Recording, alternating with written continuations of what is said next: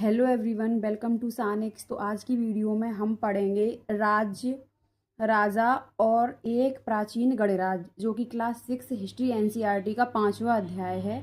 इससे पहले हमने चारों अध्याय को ऐसे ही शॉर्ट नोट्स से कवर किया है। तो आज हम पढ़ेंगे चैप्टर 5, जिसके अंतर्गत हम क्या क्या सीखेंगे।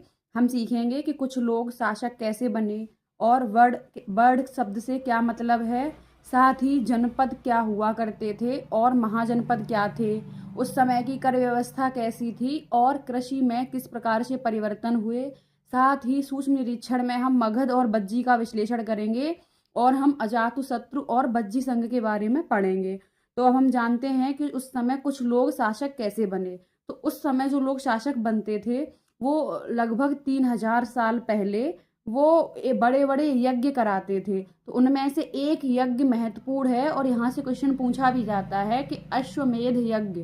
तो जो राजा थे वो अश्वमेध यज्ञ कराते थे। इसमें होता क्या था, वो एक राजा घोड़े को स्वतंत्र विचरण करने के लिए छोड़ देते थे, और उस घोड़े को जो भी रोकता था अदर कोई राजा, तो उसको उन राजा से युद्ध करना पड़ता था। अगर घोड़े को कोई नहीं रोकता था तो इसका मतलब है जो यज्ञ कराने वाला राजा है वो अधिक शक्तिशाली है। और यहाँ पर जो यज्ञों का आयोजन हुआ करता था, इनको जो पुरोहित थे वो संपन्न कराते थे, और यज्ञ में जो राजा आते थे वो उपहार लाते थे। साथ ही राजा को बाघ की खाल के सिंहासन पर बैठाया जाता था, और जो सारथी हुआ करता था वो राजाओं की गाथाओं का गुणगान करता था। अब हम जान लेते हैं वर्ड। तो जो वर्ड है, ऐसा था जो पुरोहित थे उन्हीं ने लोगों को 4 वर्गों में विभाजित किया, तो उनको हम वर्ड कहते हैं। अब इस वर्ण व्यवस्था में जो 4 वर्ण थे वो कौन कौन से थे। सबसे पहले ब्राह्मण, फिर क्षत्रिय, फिर वैश्य, फिर शूद्र। तो जो ब्राह्मण थे उनको वेदों का अध्ययन और यज्ञ करने का अधिकार था, ठीक है। और जो क्षत्रिय थे उनको युद्ध करने का और रक्षा करने का अधिकार था। और जो वैश्य हुआ करते थे वो कृषक पशुपालक हुआ करते थे, और व्यापारी वर्ग भी वैश्य के अंतर्गत आता था। लेकिन जो शूद्र होते थे उनका क्या काम होता था, जो ऊपर के तीनों वर्ग हैं ब्राह्मण, क्षत्रिय, वैश्य, इनकी सेवा करना। और अब पहले ऋग्वैदिक काल में ये जो व्यवस्थाएं थी वो कर्म आधारित थी, जो जैसा काम करेगा उसको वही बोला जाएगा। लेकिन उत्तर वैदिक काल यानी कि अब आगे चलकर ये जो व्यवस्थाएं हैं ये जन्म आधारित होने लगी, और जो भी जहाँ जन्म लेगा वही कहलाएगा। जैसे ब्राह्मण के परिवार में जन्म लेने वाला व्यक्ति ब्राह्मण ही कहलाता था, है ना। और होता क्या था, जो शूद्र होते थे और महिलाएं होती थी उनको वेदों के अध्ययन का अधिकार नहीं होता था, है ना। अब हम जान लेते हैं कि जनपद क्या थे। तो जनपद का शाब्दिक अर्थ होता है जन के वसने की जगह। हमने पिछली लेक्चर में जाना था जब हम चैप्टर 4 पढ़ रहे थे कि कुछ लोग थे वो जन बनाकर रहते थे, है ना, जैसे कि भरत जन, है ना। तो इसका शाब्दिक अर्थ है जन के वसने की जगह। तो जन लोग जहाँ रहते थे उसको हम जनपद कहने लगे।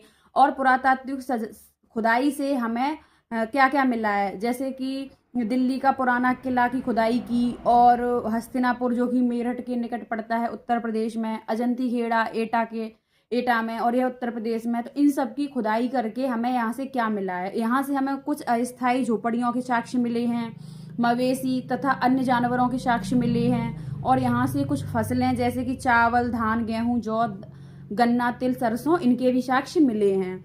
और यहाँ से हमें मिट्टी के बर्तन मिले हैं जिन्हें चित्रित धूसर पात्र कहते हैं।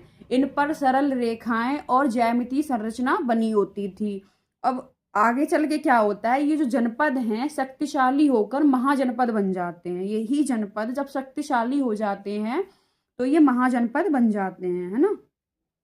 अब आगे देखते हैं कि महाजनपद क्या होते थे। तो 2500 वर्ष पहले जनपद शक्तिशाली होकर महाजनपद बनने लगे, और इन महाजनपदों की राजधानी हुआ करती थी। साथ ही इनकी किलेबंदी किया करते थे लोग, ताकि वहाँ की सुरक्षा बनी रहे। और ये जो किलेबंदी है उन जनपदों की, महाजनपदों की सुरक्षा और शक्ति का प्रतीक होती थी। और क्या होता था, जो महाजनपद थे उनके चारों ओर लकड़ी, ईंट और पत्थरों की ऊंची दीवारें बना दी जाती थी ताकि सुरक्षा बनी रहे। अब कुछ महाजनपद जैसे कि गांधार, हस्तिनापुर, वैशाली, मगध, कौशाम्बी, उज्जैन, इनको हम मानचित्र में देख रहे हैं, आप भी यहाँ से देख सकते हैं। और मानचित्र में दिखाने का मतलब यही होता है कि आपको इजीली ये माइंड में हिट हो जाए और आप इसको भूलें ना। अब आगे हम देखते हैं कि वहाँ की कर व्यवस्था कैसी हुआ करती थी। तो वहाँ पे उस समय सभी लोगों पर अलग अलग कर लगता था, जैसे कि कृषक पे अलग, पशुपालक पे अलग, जो आखेटक होते थे उन पे अलग, और जो व्यापारी वर्ग होता था उन पे अलग अलग लगता था। तो सबसे पहले जो कृषक होते थे उन पर जो भी उपज होती थी उसका 1/6वां हिस्सा कर लिया जाता था, जिसको हम भाग कहते हैं। तो ये भी एक क्वेश्चन बनता है कि भाग किसे कहते हैं, तो उपज का 1/6 हिस्सा क्या कहलाता है, भाग। और दूसरा, जो कारीगर होते थे जैसे कि सुनार, लोहार या बुनकर, राजा, उनको क्या करना पड़ता था कि राजा के यहाँ पे महीने में एक दिन काम देना पड़ता था, है ना, वहाँ पे काम करना पड़ता था इन लोगों को। और जो पशुपालक होते थे उनको जानवर या फिर कोई भी उत्पाद के रूप में कर देना पड़ता था। व्यापारी को सामान बेचने खरीदने के ऊपर कर देना पड़ता था। और जो आखेटक व संग्राहक होते थे उनको जंगलों का सामान देना पड़ता था, जो भी जंगलों से उन्हें प्राप्त होती थी वस्तुएं।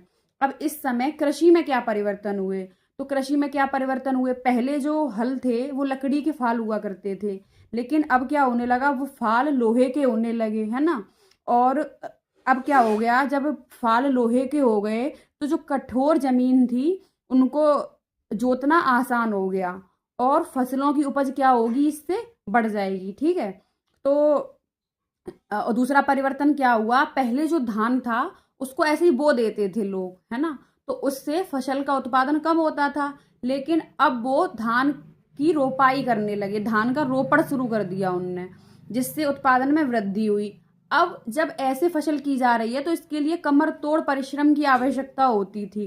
तो ये कौन करता था, जैसे दास दासी और जो भूमिहीन खेतीहर मजदूर होते थे जिनके पास भूमि नहीं होती थी, वो सब ये काम किया करते थे। अब हम जान लेते हैं मगध के बारे में। तो मगध की जो राजधानी थी वो प्रारंभ में राजगृह हुआ करती थी, ठीक है। उसके बाद पाटलिपुत्र को राजधानी बनाया गया। और जो मगध है वो सबसे शक्तिशाली महाजनपद हुआ करता था।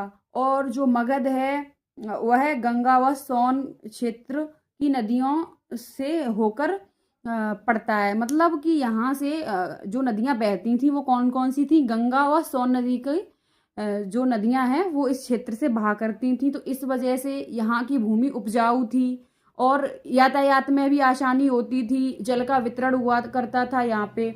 और इसके कुछ हिस्से में बहुत ज़्यादा जंगल थे, तो उन जंगलों से भी काफ़ी लाभ होते थे, है ना, जैसे जंगलों का सामान वगैरह लाना है तो। और जंगलों से हाथी पकड़कर क्या किया जाता था, उन्हें प्रशिक्षित किया जाता था ताकि उनका काम सेना के लिए हो जाए। जैसे कि जो भी सेना रहती थी हाथी को प्रशिक्षित करके सेना में भर्ती कर देते थे।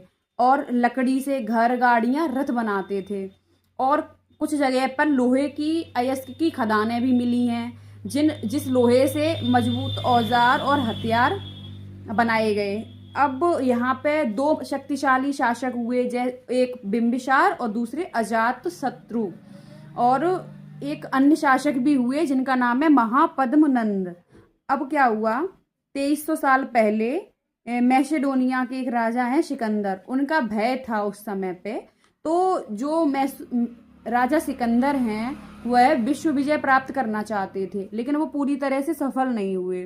तो वो धीरे धीरे क्या हुआ, पश्चिमी एशिया की उन्होंने कुछ हिस्सों को जीता और उसके बाद भारतीय उपमहाद्वीप में जो ब्यास नदी है उसके किनारे तक आ पहुंचे। लेकिन जो राजा सिकंदर थे इनको भारतीय शासकों की विशाल पैदल सेना और रथ हाथियों से ये भयभीत थे, यानी कि भारत में उस समय इतने ज़्यादा विशाल सेना थी, रथ थे और हाथी वगैरह थे, जिससे सिकंदर को भय भी था।